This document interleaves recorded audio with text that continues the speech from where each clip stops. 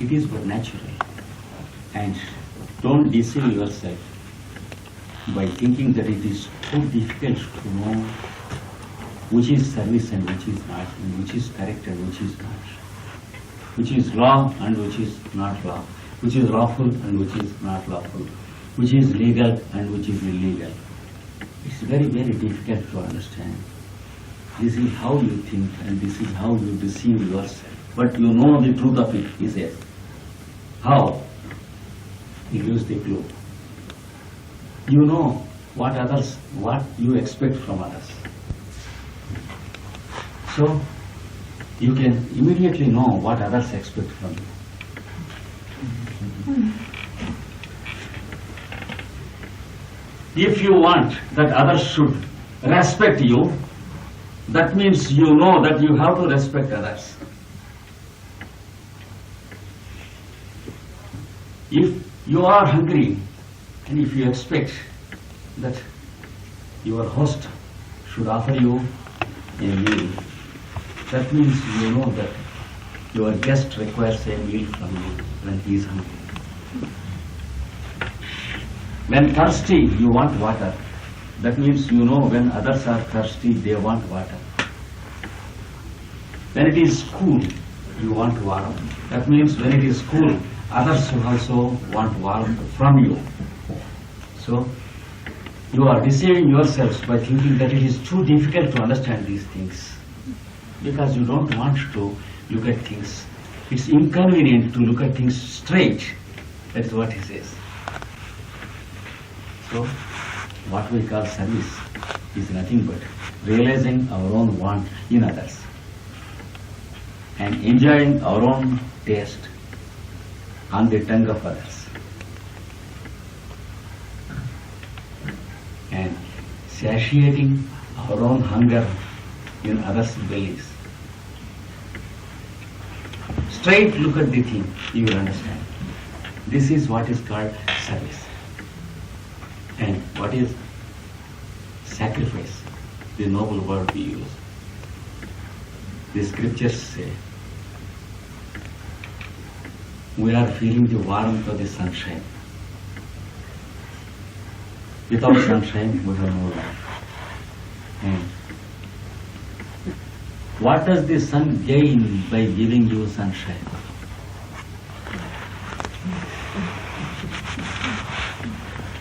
What is his motivation? What is his motive?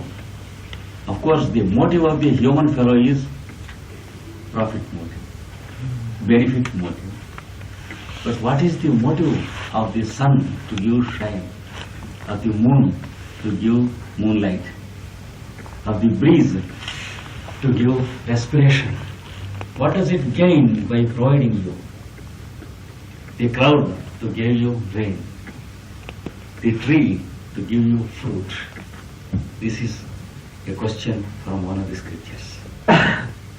You are not so important as to cause some benefit to the sun or to do something in return to the sun. Have you the stature to do something in return to the sun and the moon and the clouds? Never in your life, if not today, it is tomorrow, you can never remunerate the sun because he has given you the sunshine. And understand the spirit of sun who is trained by nature. He is doing it for your benefit. That is what is called sacrifice. If you can do something to another fellow, why? Because it is useful to him. In what way I am concerned with it? The sun has not questioned about you like that. Had you questioned, what would be your fate? Suppose sun questions us, what would I get? What would be my benefit if I give you sunrise? Then we have no sunrise. That is, a higher and a more powerful being doing something to a lower and a less powerful and meek being like a human being on this earth. Why? The reason is because we have to live. It's not a demand from our side, because we cannot demand, but it is something showered from the other side. The Lord's grace showered to the Sun God. That means, that is the spirit of sacrifice and service. Whenever you do something in that spirit, you can call it sacrifice. This is.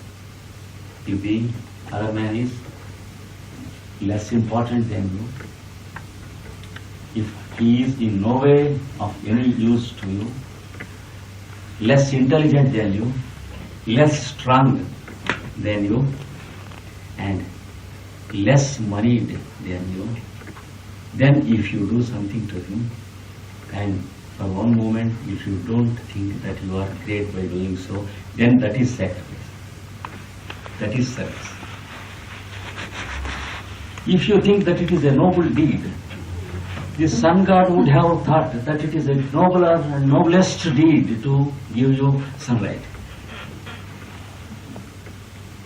That is how this scripture describes. So, let us try to understand the real spirit of sacrifice. So, what I expect from others, immediately I should know that it is expected of me to others. Then you can't call it service or sacrifice. It's natural. If we are selfish, it is unnatural. If we are noble, it is natural, but it is not noble. That is what the scripture says. I think we have nothing to say against these arguments. I have nothing to say against these arguments. And another aspect is, Lord Krishna speaks in the Bhagavad Gita. See how the wheel rotates. There is a wheel rotating, eternally rotating. Through the rotation of the wheel, the worlds come out into creation. And due to the poise of the wheel, they exist as creation. And into the rotation, they disappear once again. When the whole creation is coming out of it and going into it, it is above and beyond creation, and before and after creation. Therefore, the wheel is eternal. See, I will give you an example of the wheel. That is what Lord Krishna says. See how the water that is made dirty by all of us, by washing, by drinking, by urinating, by sweating, all this. The water is being distilled and purified, again taken as clouds, and again given to the earth as purified water. See how this cycle of water goes on. When the water touches the earth, the seed germinates, and the tree is there, the fruit is there. He says, through the cycle of metabolism, the biological kingdom exists. And through the cycle of waters, the metabolism and the cycles exist. And why should the cycle of water exist on this earth? Because of the cycle of seasons. Why should the cycle of seasons exist? Because of the earth's rotation on its own axis. Why should the earth rotate on its own axis? Because of its rotation around the sun. Why should it rotate around the sun? Because the truth that it rotates around the sun is there existing, and because the truth is all love, all compassion. Unless it is there, you are not here to exist. So, the wheel of compassion is eternally rotating. It's called the wheel of law. See how the wheel rotates. What is the motivation of the rotation of the wheel? There is no motivation except for the pleasure of rotating. It has the pleasure of rotating, and we are all here. See that what you do is your pleasure. See that there is no motivation in what you do. If you are inclined to do something good, if you have a motivation, you will develop your own logic and you will develop your own profiteering argument. In what way it is useful to me? If I speak to Derek for half an hour, in what way it is useful to me? Such a logic the human being is bound to develop. So, purify yourself from this logic. Unless you purify yourself from that which is not yourself, for example, your logic,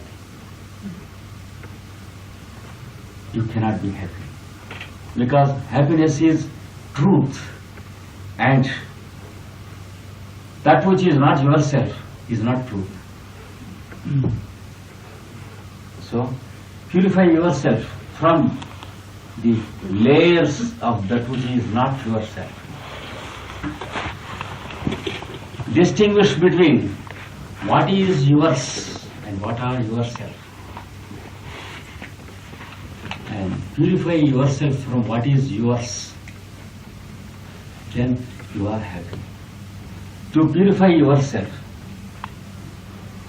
and to make yourself happy, you should know that you have to do some activity, some action without motivation. Action is prescribed by nature to the living beings on this earth, whether biological or non-biological.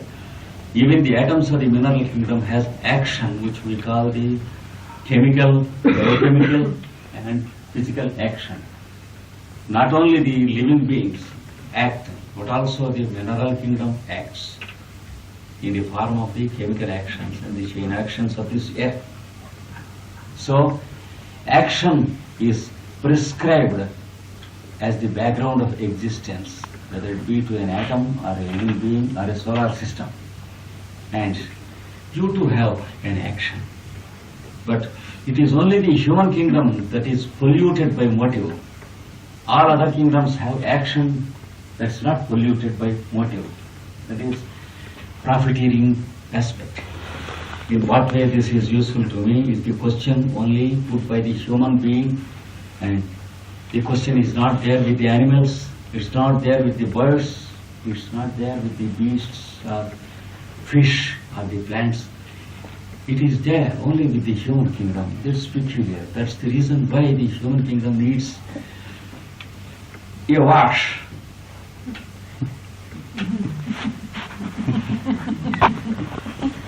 Everyone is expected to make a car wash at least once in a week.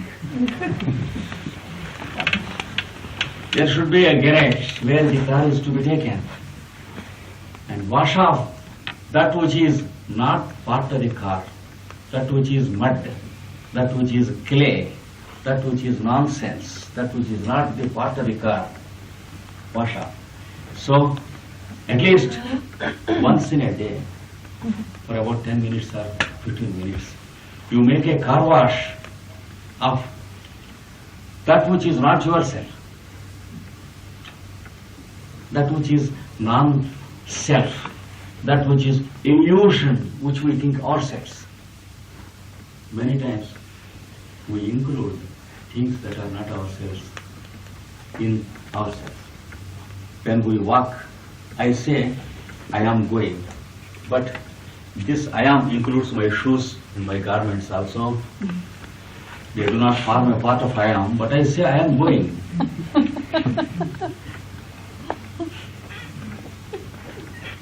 And I have my pencil in the pocket, which is not at all myself.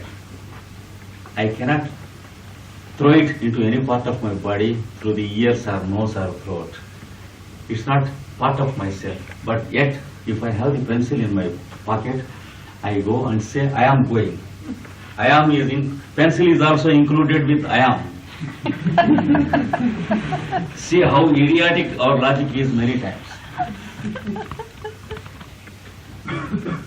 There is a tumbler full of water here. When we speak of water, we speak in third person. That is something different from ourselves.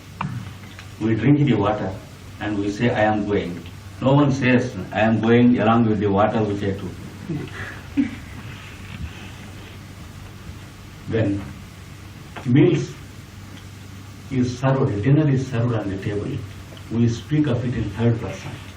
This is dinner, this is soup, this is sauce, etc. But after we make it our own, it goes inside, and while going home, I say, I am going home. You never say, I am going home along with the dinner. So, many times we are illogical. Many times we are just idiotic in our logic. We have to give time and again a car wash of non-self and not self, that which is not ourselves. Unless we do it, we cannot have a journey proper. If we use the car once again, the journey is not comfortable. So we cannot have what we call happiness. So we have to die satisfied with our own concept of happiness without touching the real taste of happiness. Many of us speak of happiness night and day. We earn money for happiness. We purchase valuable things for happiness. We build big houses for happiness. For happiness, for happiness, for happiness. But we die while trying for happiness. Because we lived for happiness, we never lived happiness. We have no time. We are too busy to gather things for happiness. So we die without being happy. Poor human logic. We have to wash off many things from our logic.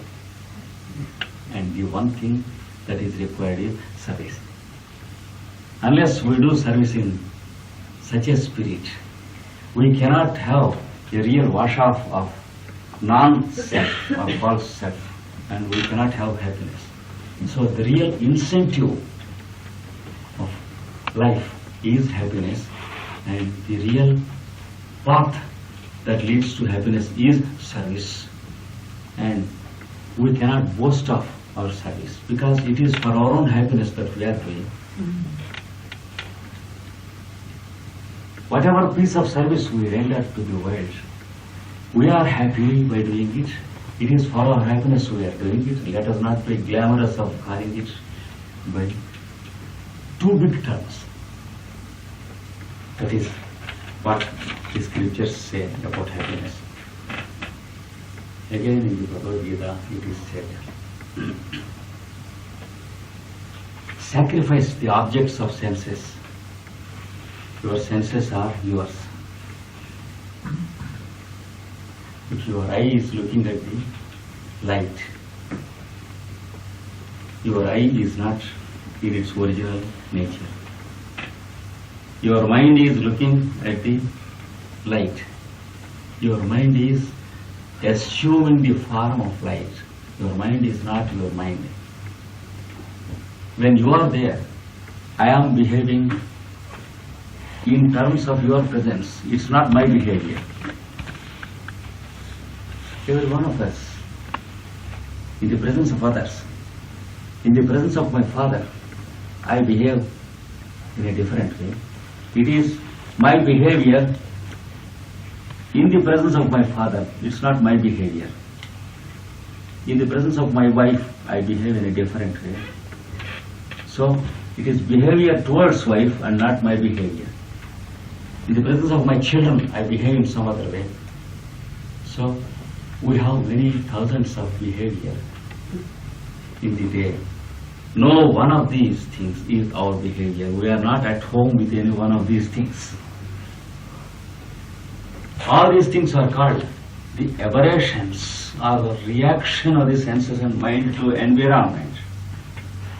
That's why the science of yoga defines yoga as the suspending of the aberration and keeping the mind as itself for a minute to know its original nature. Then it is no more mind, it is yourself.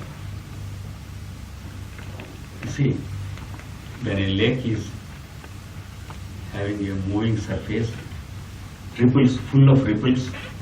If you look at the image of the sun, see, it is broken into pieces. That doesn't mean that the sun is broken into pieces, but that the lake is having ripples. So, when the mind is having thoughts, then you call mind. When the thoughts are stopped, it's no more mind, it is yourself. This is what the science of yoga teaches us. And unless you know the art of suspending the activity of reaction of the senses to the outer world, you have no possibility of being happy. So, Lord Krishna in the Bhagavad Gita says, sacrifice the objectives of senses. The senses are better. Sacrifice the activity of the senses. The mind is at home. Sacrifice the aberration of mind. You are at home.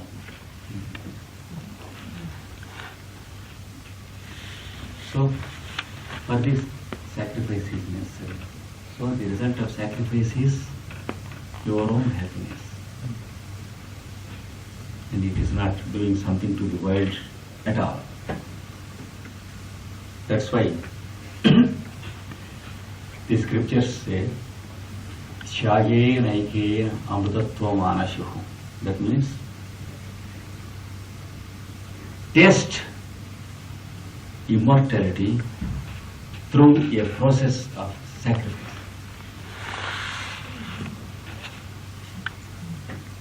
You are immortal by body, by mind, by senses, but you are immortal as the spark of consciousness that is existing in this body. Because the consciousness was there before the body is given. It will be there after the body is taken. For example, you take the example of the space in this hall. It appears that it is the space of the hall. We can measure and say that the volume of this hall is this much. But remember that the space was there before this hall was built. And it is the hall that was built in space. Never the space is built in hall. And before this hall was built, the space was there. After this hall is taken away, the space is there. Similarly, you are there before this body is given. The only difference is you cannot call yourself. Now you are there in the body. Similarly, the one fellow was there before there were no bodies at all. That one fellow can be called Mr. Space. And he just felt like talking to himself. So he had the millions of bodies, which are the instruments to contact and transact. That is how the scripture says. So, maintain the original state of freshness which you call happiness. To maintain this original state, you have to sacrifice the secondary and tertiary changes that took place in your mind. Once there was a disciple sitting with one great master called Ramana Maharshi, who lived in South India. And he asked, Master, when can I get liberation? He asked. Then the master smiled and said, never in your life. Then the fellow became sorrowful and painful. And once again, the next morning he asked, he thought he was a great sinner, therefore there was no liberation. The next morning once again asked, Master, why can't I have a liberation when you are here? You can give me, tell me, suggest me something. And once again the master said, never in your life you can get liberation. Then what? Then he smiled and said, you can remove the bondage which you brought with yourself. Because previously there was the same state which now you foolishly call liberation. Because you have aberration, you lost the previous stage of natural existence, and because of your aberration, you call it liberation. So, it is only to remove your aberration and not to bring liberation, because there is nothing to bring. The original state was there. When you remove the obstacle, once again the original state was there. It is not a new state that can be achieved or that can be attained or that can be conquered. Liberation is nothing. It's not something which is achieved. Happiness is not something which can be achieved. An achievement is something which is objective, which is not ourselves. But liberation is not objective. It is purely subjective. So the master said, never in your life you can get liberation. You can remove the obstacle, and then there is the original existence, which you call liberation. So, for this, the process is sacrifice. And there is the concept of vairagya or detachment as one of the forms of sacrifice. Many people practice detachment for spiritual levels or to attain liberation, like that. Spiritual practice necessitates the practice of detachment. One fellow was having his old mother ailing. She was living for him. She had great glamour for the son. And the fellow was practicing spiritualism with his masters. And one day he asked the master, my mother is having great attachment which is of an astral nature towards me. He can never live in my absence. See, that's too bad. It is emotional. It is astral. Shall I cut off this bondage and go away? He asked. The master asked, what for? Then the disciple said, it is for detachment. Then the master said, don't confuse issues. Detachment is no abandonment. There is a difference, lot of difference between detachment and abandonment. Now, if you are to abandon your mother and go away, desert her and go away, she dies in grief for you. And you are the cause of it. When you have caused such a bad karma, how can you aspire of liberation and detachment? Don't use noble terms. Running away from one's own responsibilities and duties and calling them detachment, that is something nonsense, scoundrelish and criminal. That's what the Guru said.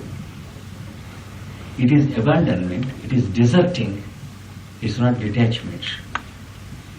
Because your mother dies with great pain for you, and you are the cause of it, you have to repay in your next birth. It awaits you. You are going to create a horrible karma in this life in the name of detachment. Don't be foolish, he said. Then the disciple asked, what about the great attachment and the emotional nature my mother is having towards me? Is it now, are we not to cut it? He said, you have right only to cut your nose and not the nose of others. If you are to conduct experiments that are either wise or foolish, you can conduct upon yourself, not upon others. You can practice detachment for yourself, not for others. Don't be foolish, he said. So, if you are to have detachment, you practice detachment in the presence of your mother. I will tell you how to do it. See, God presence in everyone. understand that everyone is a form of God. Your mother also. Begin to look at your mother as one of the many and thousands of forms of God.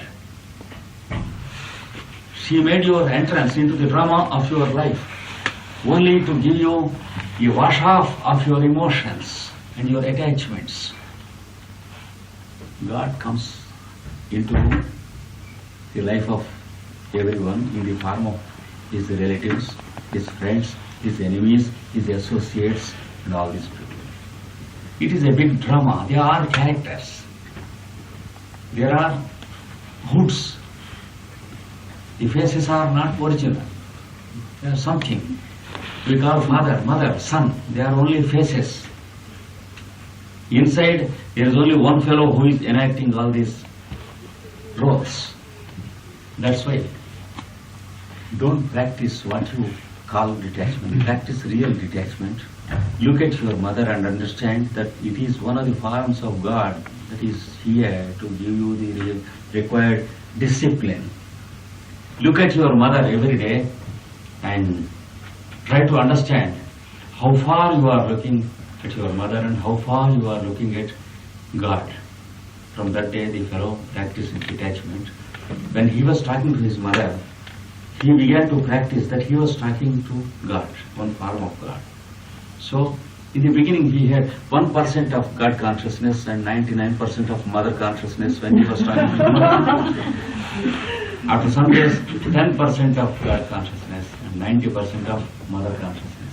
After some time, 50% of God consciousness.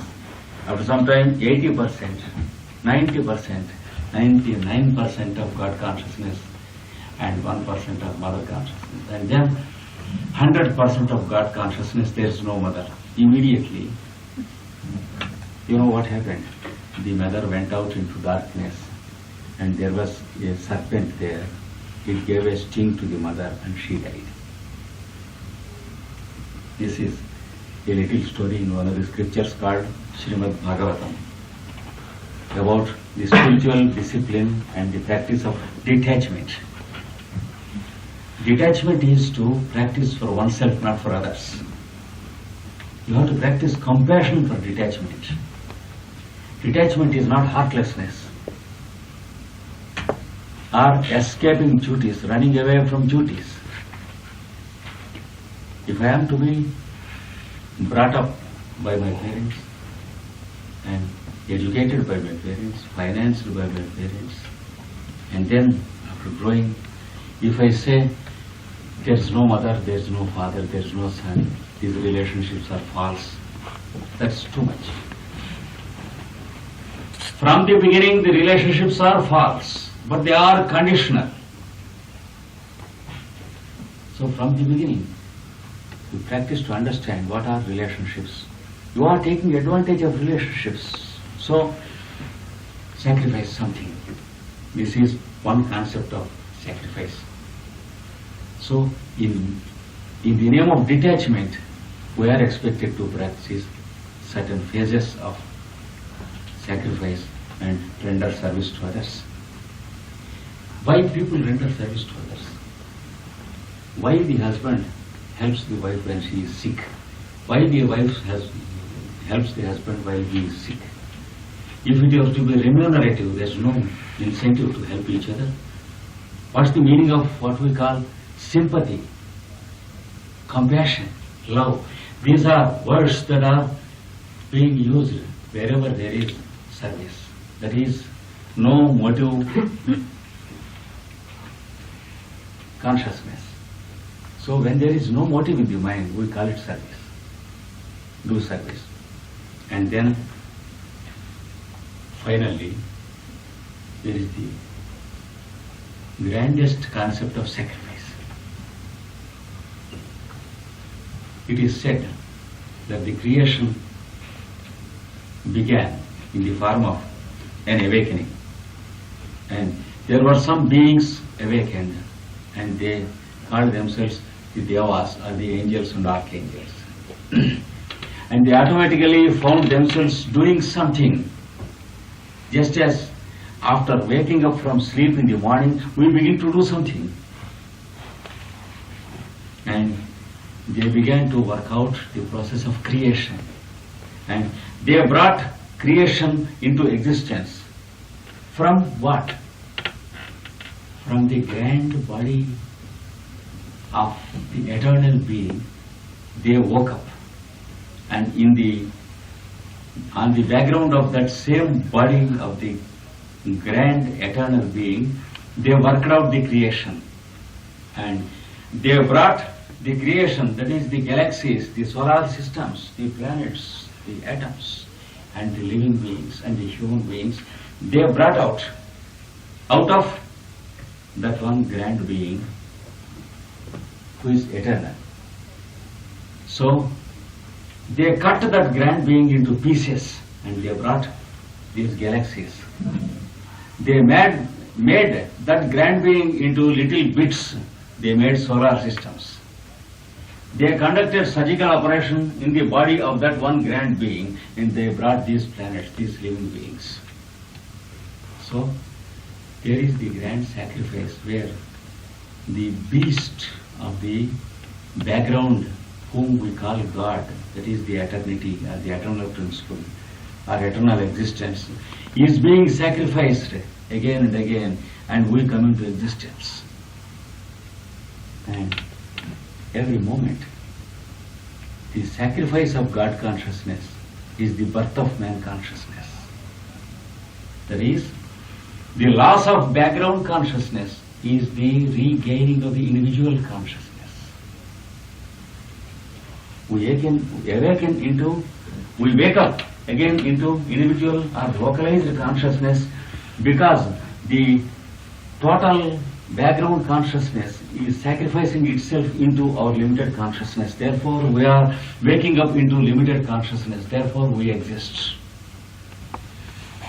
That's why every one of us are indebted to the background consciousness because we live on it. And our duty is to do something by way of sacrifice because we are born out of the sacrifice of the background consciousness. And we have to sacrifice ourselves totally to that background consciousness and do something in His name to all these beings. This is the grandest of all the concepts of sacrifice. We are expected to remember this concept, this spirit of sacrifice, in one of the poems of the Rig Veda. That poem is called Purusha Sukta. That is the hymn in glory of the which sings the glory of the Purusha. Purusha means the cosmic person. The grand background, which is called the cosmic person, gave birth to the persons of the cosmos. And each cosmos gave birth to the millions and millions of solar systems, each being a solar personality. Each solar system gave birth to its planets, which are planetary personalities. Each planet gave birth to the millions and millions of atoms, which are the atomic personalities. And each atom has started its own story or career of evolution, in the midst of which we, the human beings, stand. Remember this concept of sacrifice. Live in that spirit of sacrifice, and in the last moments, don't feel dejected that you are dying, but understand that this body and its matter is being returned to the same source wherefrom it is being borrowed. And remember that you are eternal. You were living, you are living, and you will live. With this, be happy and always be happy. Then this is the knowledge which protects you from being affected by the environment. This is eternal knowledge. This is the concept of sacrifice. Thank you all.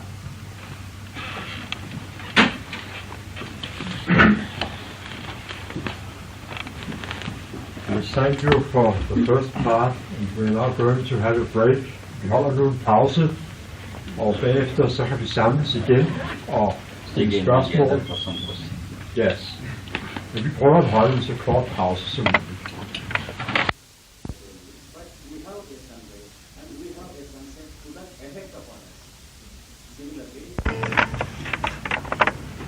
whole lecture is directed. And it is only to prove the validity of the statement I quoted often from the scriptures and from the great poets, including Rabindranath Tagore. And it is only to prove the validity of it I quoted the poem from Rig Veda, that is, the sacrifice of the background consciousness is the origin of the individuals. It is the great joy. And we should also find great joy in sacrificing ourselves to Him and live a life which is dedicated and given up to Him. That is how the scripture says.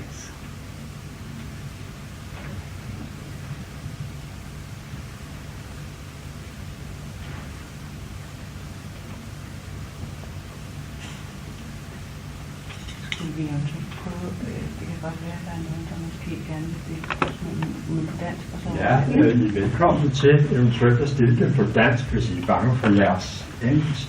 Så er der nok en bilærte chef, der vil oversætte den.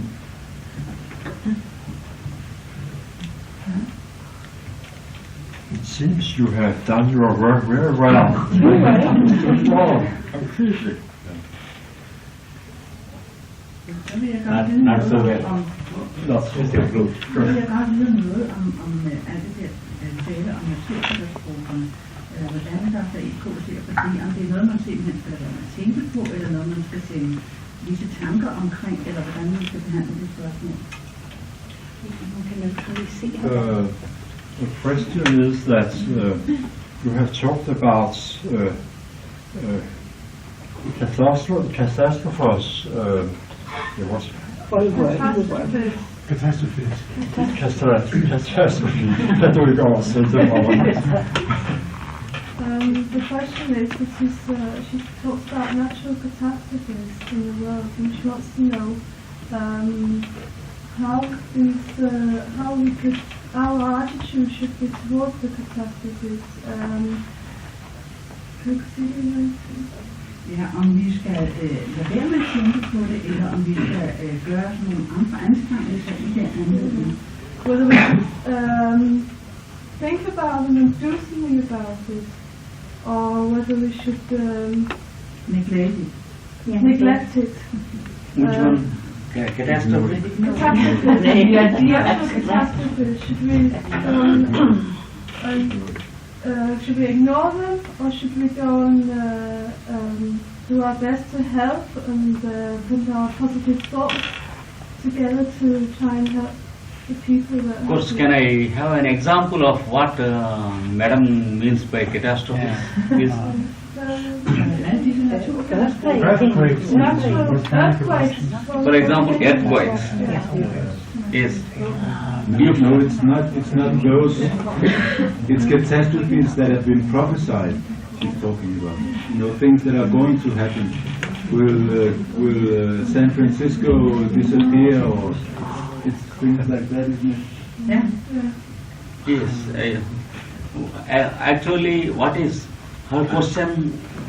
I think what should be our attitude towards catastrophes? That is her question, is it? Yes. Yeah, that's right. Is it correct? If one is convinced that he or she can do something really to save some souls from the catastrophe,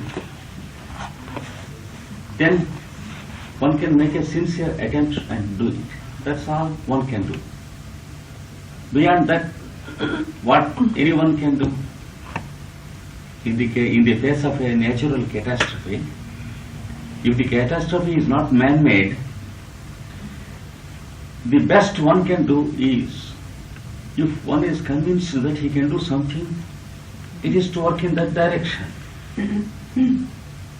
And beyond that, if we can suggest any solution, we can follow it. As far as my imagination goes, we have no solution to offer when there is a natural catastrophe, because before it occurs, no one knows it. And when it occurs, everyone is helpless. But if we have a time and a chance to do it, we can do something just as we do in other occasions. The same attitude should be maintained with catastrophes also. There's nothing special that we can do about it. That's how I feel. But the lady thought of the prophecies about coming catastrophe. I see. I see. I think I have. We have discussed it, the lady and I, very often, and it is about the thought forms of fear. We discussed whether or not these thought forms could bring forth more catastrophes than necessary. That is, I think, the question. Is it the same question? Yes, I can give you only my personal point of view, and I cannot give you the universal point of view, because there is no universal point of view to this. I will give you my personal view. You can take it as purely personal. I sincerely believe that if at all there happens to be any catastrophe, any time, it can never be prophesied. And if at all something can be totally prophesied, it cannot be called a catastrophe, because we can overcome it. Two things. And in case